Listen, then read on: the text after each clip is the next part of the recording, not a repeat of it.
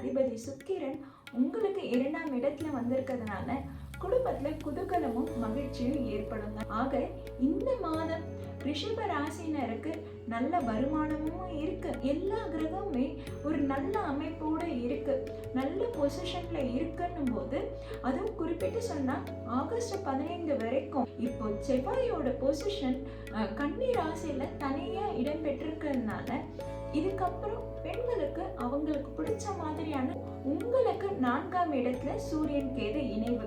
இது குடும்பத்துல சின்ன சின்ன சனி இப்போ வக்ரம் அடைஞ்சிருக்கிறதுனால உங்களுக்கு எங்கெல்லாம் தொழிலையோ வேலையிலையோ ஒரு தடங்கல் மாதிரி ஏற்பட்டிருக்கும், இல்ல வேலை ஸ்லோவா போயிட்டு இருக்கு, சட்டன் முடியல அப்படின்னு இத்தனால நீங்க காத்துட்டு இருந்தீங்கன்னா.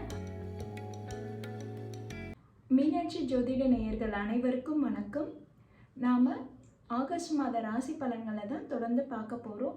அதே மாதிரி கடந்த சில மாதங்களாக நான் கொடுத்துட்டு வரும் ராசி பலனுக்கு நல்ல வரவேற்பு கிடைச்சிருக்கு, அதுக்கு ரொம்பவும் நன்றி. அதே போல் இந்த மாத ராசி பலனில் யார் யாருக்கு எந்த மாதிரியான யோகங்கள் இருக்குன்றத பார்க்கலாம்.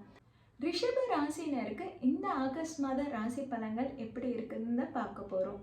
அதாவது ரிஷப ராசினருக்கு இந்த ஆண்டு முழுவதுமே யோகமான பலன்கள்னு ஏற்கனவே குரு பயிற்சி பலன்களில் சொல்லியிருக்கேன். பார்க்காதவங்க என்னோட சேனலில் இருக்க குரு பயிற்சி பலன்களில் போய் பாருங்கள். அதே மாதிரி ஆண்டு பலன்கள்லையும் உங்களுக்கு எந்த அளவுக்கு இந்த ஆண்டு அதிர்ஷ்டகரமாக இருக்குன்றதையும் சொல்லியிருக்கேன். ஆக ரிஷப ராசினருக்கு அதே போல் இந்த மாதமும் நல்ல பலன்களை தான் கொடுக்க போகுது. ஏன்னா உங்கள் அதிபதி, அதாவது ரிஷப ராசியின் அதிபதி சுக்கிரன் உங்களுக்கு 2ஆம் இடத்துல வந்திருக்கிறதுனால குடும்பத்தில் குதூகலமும் மகிழ்ச்சியும் ஏற்படுங்க. ஏற்கனவே அங்கே குரு இருக்கிறது உங்களுக்கு சொல்வாக்கும் செல்வாக்கும் உயருது. அதே போல் குருவும் சுக்கிரனும் இணைவு இன்னும் நல்ல பலன்களை தான் கொடுக்க போகுது ரிஷப ராசினருக்கு. ஆக இந்த மாதம் ரிஷப ராசினருக்கு நல்ல வருமானமும் இருக்கு, குடும்பத்துல சந்தோஷமான குதூகலமான அமைப்பும் இருக்கு. அதாவது யாரெல்லாம் இப்போ கல்யாணத்துக்காக காத்துட்டு இருக்கீங்களோ, இல்லை உங்க வீட்டில் உங்க தங்கைக்கோ உங்க அக்காக்கோ அல்லது உங்க மகனுக்கு யாருக்காவது நீங்க வரன் தேடுறீங்கன்னா இந்த மாதம் உங்க ராசிக்காகவே அவங்களுக்கு அமையும். சரிங்களா? உங்க ராசிக்காகவே நல்ல வரன் வரும். ஆக மொத்தத்தில் உங்கள் குடும்பத்தில் ஒரு சந்தோஷமான தருணமாகவும் உங்கள் குடும்பத்தில் ஒரு குதூகலமான தருணமாகவும் இந்த மாதம் இருக்க போகுது. அதே மாதிரி வெளிநாட்டு வாய்ப்புக்கு யாரெல்லாம் காத்துட்ருக்கீங்களோ, அதுவும் சனி வக்ரம் அடைஞ்சிருக்காரு. உங்களுக்கு லாபஸ்தானத்தில் தான் சனி இடம் பெற்றிருக்காரு.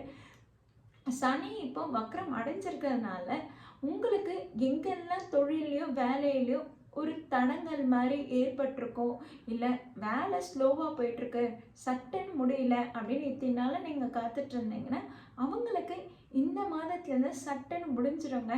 அதாவது எதுக்கெல்லாம் காத்துட்ருக்கீங்களோ அந்த வேலையெல்லாம் கடகட வேலை செய்ய ஆரம்பிச்சிடும். ஆக இந்த மாதம் வெளிநாட்டு பயணம் இல்லை வெளியூர் பயணம் மேற்கொள்கிறவங்களுக்குலாம் ரொம்பவே நல்ல காலகட்டமாக இருக்குது. அதே மாதிரி கல்யாணம் வரணும் ஏற்கனவே சொல்லியிருந்தேன். ஏன்னா குரு சுக்கிரன் பொசிஷன் ரொம்பவும் நல்லா இருக்கு.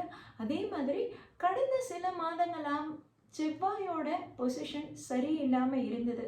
அதனால பெண்கள், குறிப்பாக பெண்களுக்கு நல்ல வரன் அமையாமல் இருந்தது. இப்போ செவ்வாயோட பொசிஷன் கன்னி ராசியில் தனியாக இடம் பெற்றிருக்கிறதுனால இதுக்கப்புறம் பெண்களுக்கு அவங்களுக்கு பிடிச்ச மாதிரியான நல்ல வரன்களே வருங்க. உங்களுக்கு பிடிச்ச வரனை இப்போ நீங்கள் தேர்வு செஞ்சு மேரேஜ் ஃபிக்ஸ் பண்ணிக்கலாம். ஓகேங்களா?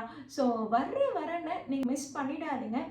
ஏன்னா இந்த காலகட்டத்தில் எல்லா கிரகமுமே ஒரு நல்ல அமைப்போடு இருக்குது, நல்ல பொசிஷனில் இருக்குன்னும் போது, அதுவும் குறிப்பிட்டு சொன்னால் ஆகஸ்ட் 15 வரைக்கும் ரொம்பவே எல்லாமே நல்ல பொசிஷனில் இருக்குன்னும் போது இப்போ வரக்கூடிய வரன்களும் ரொம்பவே நல்லதாக தான் இருக்கும். இந்த மாதிரியான வரன் இன்னொரு முறை வருமானது தெரியாது. அதனால் வரக்கூடிய வரனை நீங்கள் உடனே முடிச்சுக்கிறது தான் நல்லது. ஏன் ஆகஸ்ட் மாதம் முற்பாதி வரைக்கும்னு சொன்னேன்னா, ஆகஸ்ட் மாதம் 17ஆம் தேதியிலிருந்து சூரியன் கேதுவோடு இணைகிறாரு. சூரியன் தன்னுடைய வீட்டுக்கு தான் பயணம் செய்கிறாரு. இருந்தாலும் அங்கே கேதுவோடு இணைகிறதுனால அது அவ்வளவு நல்ல பலன்களாக இருக்காது. அதுவும் உங்களுக்கு 4ஆம் இடத்துல சூரியன் கேது இணைவு. இது குடும்பத்தில் சின்ன சின்ன பிரச்சனைகளும் அசௌகரியங்களும் ஏற்படுத்தக்கூடும். அதே மாதிரி உடல்நிலையிலும் அதிகமாக கவனம் எடுத்துக்கணும். தேவையில்லாத அலைச்சல்கள்னாலோ இல்லை கண் எரிச்சலாலோ நீங்கள் மருத்துவ செலவுகள் ஏற்படக்கூடிய காலகட்டமாக தான் இது இருக்குது.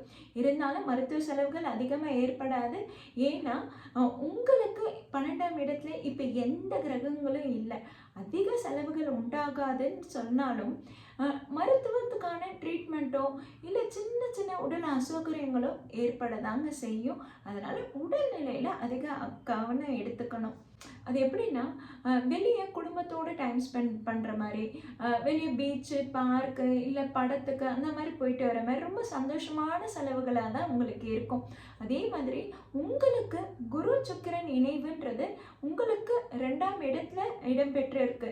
அப்போ உங்களுக்கு வரக்கூடிய வருமானத்தை தாண்டியும் மேற்கொண்டும்